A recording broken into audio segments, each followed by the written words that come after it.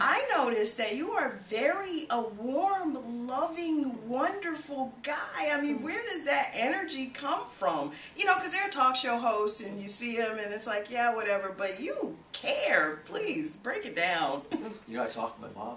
Oh. I gotta say, if you want to look at what makes people happy in life, a lot of it comes down to the relationships with their mom.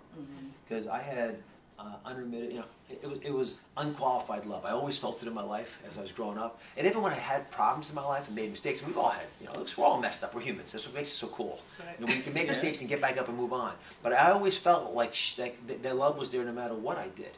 And so my wife goes crazy because she wants to sort of hammer me about something I did wrong, and it doesn't actually ever bother me that much because I know my mom still loves me.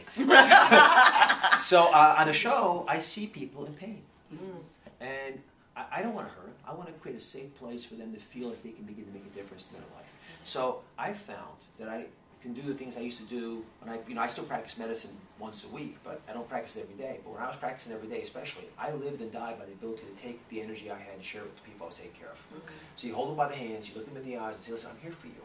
All I want you to do is to realize that you're in a safe place and we can make this happen together. Otherwise, you're going through life in a scared place. And when you bring an audience member on stage, and they got a couple million people watching at home, and there are 200 plus people in our audience at 30 Rock in the city, and they're going to talk about something really personal, like some sexual issue they're having, or the fact that they've driven their family to bad health. You know, it's a painful place for them to live. If they don't feel like they're people who love them, when that caring doesn't ooze from your pores, it's not going to work anyway. Okay. Now, thankfully for me, it's what gives me energy.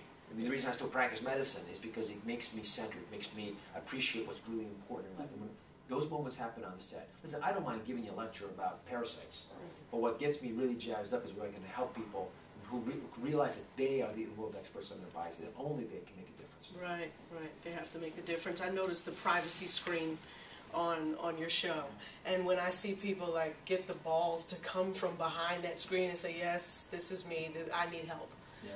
Yeah, that's a big step to take. And people, but they feel safe. Yeah, people, you know, before they walk up on the set, I walk backstage and I meet them. And I say, you know, Oprah early in my career said, number one people want is to be seen for who they are. And you know, she says still to this day. I was with her last night because we just taped this.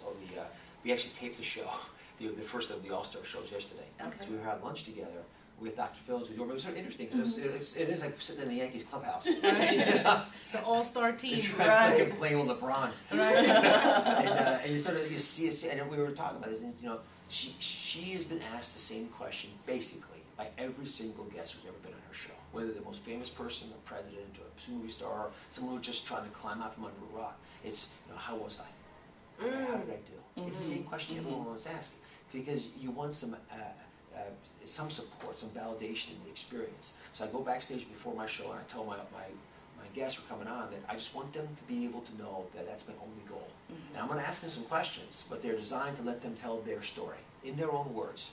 And if it goes on, and that's why it's a taped show, I can always clip a little bit here and there. And if you see something you don't want to say, I'll take it out. I just want you to realize that we're here to do this together. And by seeing your story, the guest story, America's going to see their own lives. That's the whole purpose of the program.